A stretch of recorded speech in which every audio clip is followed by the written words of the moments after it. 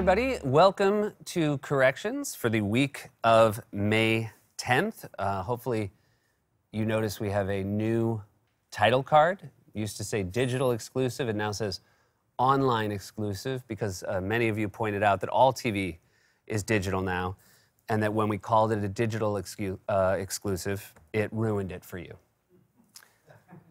Last week we said, I told you that Shoemaker wanted it to be under 10 minutes, and we did. It was 9 minutes and 59 seconds.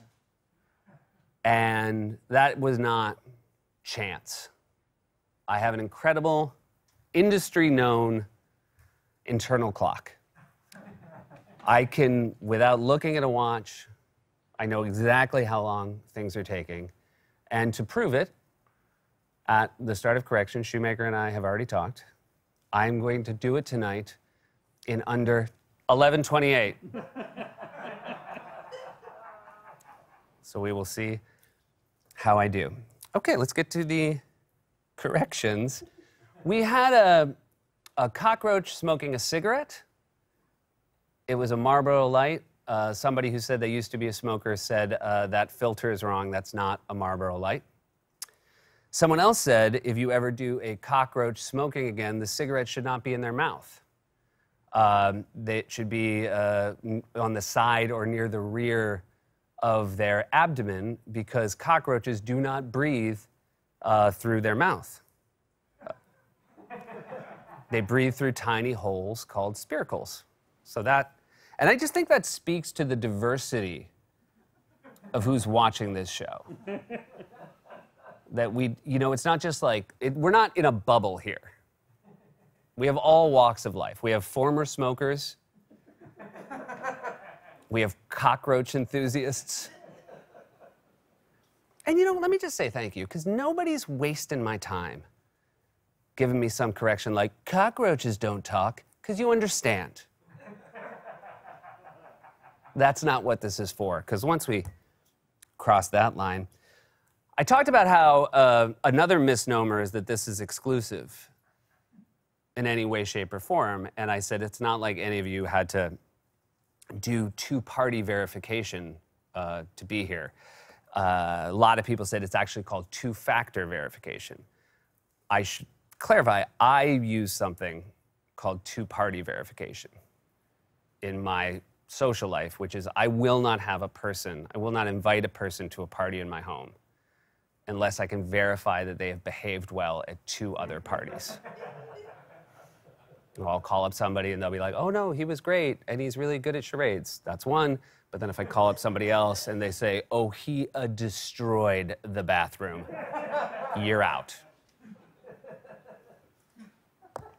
Oh, so this was last night's Closer Look. We had a New York City parking sign that ended with psych, you know, like the fooled you psych. We spelled it P-S-Y-C-H.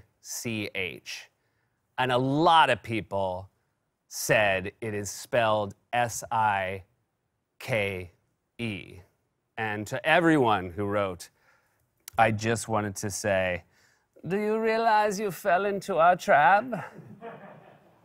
Do you know that we put that in there full well knowing that you would all rush to your computers? Tap, tap, tap, tap, tap. Thinking you are using your own free will, but we were the puppet masters.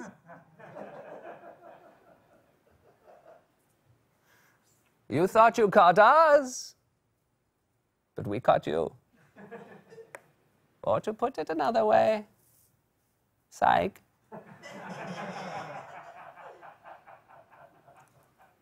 Turmeric. I said turmeric, people said it's turmeric, and then a lot of people said they're both fine. And they said that's an example of elision, or as I say, Elysian. This is a real burn on me. A lot of people, when they talked about the January 6th insurrection, a couple of politicians, I think Senator Chuck Schumer, and we even showed the clip, one time said January 6th erection.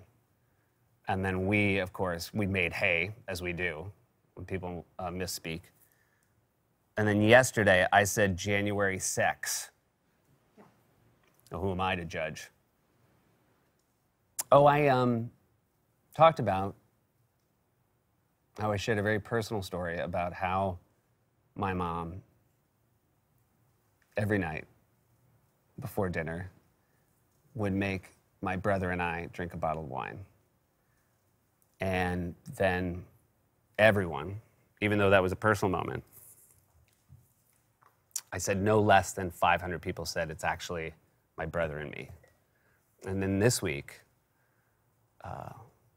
like 500 people said it's no fewer than 500. It's not no less, it's no fewer. So just people piling on.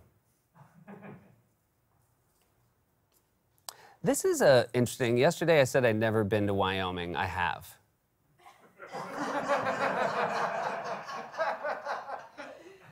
I will say that's the definition of a victimless lie. I mean, that's the whitest lie you can tell. Is that, well, I haven't been to Wyoming. Snow White. You guys, we talked about Snow White last week. So there was this whole ado over at Fox News, and they just ran with it, you know, for a better part of a week. Is Snow White canceled? This was all based on one op-ed in a San Francisco newspaper that was a review of the new Snow White ride. I went back and read it. It's actually a rave review of the ride. It gives a lot of credit to the people who designed it. It said it's magical. It said it's really good. It pointed out the one thing that is odd is that they added, the old ride didn't have it, they added a scene where the prince kisses sleeping Snow White, and they pointed out that when a man, that a sleeping woman cannot give consent. You know, fair enough point, but they didn't say, you know, cancel Disneyland. They said it was a really good ride. But then here's the problem when you overdo it and we say this is cancel culture, then we started digging into it. And one of the things I pointed out is the guy, the prince, you know, he thought she was dead. So it's worse than just, I'm gonna kiss a sleeping. And then a lot of people, and this is why corrections has value, is I find out things. Snow White, you know how old Snow White is? 14. So Fox News is like, oh, he didn't get consent? He kissed a dead 14-year-old. I mean, this is like that thing where someone admits to a crime hoping that you'll miss the worst crimes. You know, he's with his lawyer, and the lawyer's like, Prince, you gotta tell me everything, because I think I can get you off this consent charge. And he's like, no, that was it. I just kissed. Let me think. I was in the woods, and I was walking through the woods, and then there were like 8 or 9, I think it was 7 dwarfs. And then there was like this dead 14-year-old girl in a box, and he's like, whoa, whoa, whoa, whoa. She was dead? He goes, I thought so. The doctor said she... Oh, there was a doctor there? Whoa. There was a guy named Doc. I don't think he had a medical degree. I think he's like the only one with glasses. Oh. All right. I was talking last week about Mike Shoemaker, our producer, our taskmaster. We're talking about he often will say to us that he's not afraid of nobody. And he will say, I wasn't afraid of Son of Sam. And he talks about how he always, and this is him. So you think you're correcting me, but I was just quoting him. That he said, I wasn't afraid of Summer of Sam in 1976. And a lot of people said Summer of Sam was 1977. So I was like, oh, great. I'll go tell Shoemaker that he's been wrong about this forever, because he's always talking about it. So I go up to Shoemaker, and I'm like, hey, Mike. And he goes, who's that skin? And you're like, why? That's how he always talks. And he gets real close to you. Who's that skin? He's wearing his mask, and he calls it banging plastic, because he cracks his... So you're like, you've got a mask on and a plastic shield, and his shield's right up against yours. It's very, so right away you're just angry you even talk to him.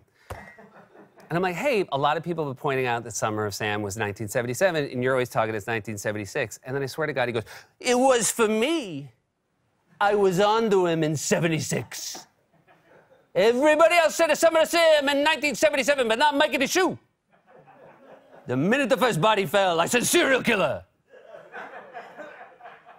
I even went and tried to tell the cops. And Mikey the Shoe got no love for law enforcement. And I went in and I said, you got a killer on your hands. And they said, oh, Chief, Mikey the Shoe's back.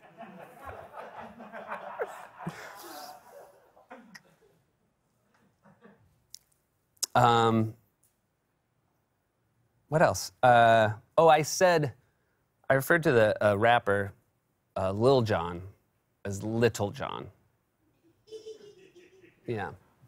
I think part of that is just me, worried, like, that I don't think I sound right when I say it. But I just want to say, by no means, I'm not trying to belittle him in any way. I think we did great. I do want to check on the time and see if I got it right. And as a reminder, I said that it would be 11:28, and we'll see how I did.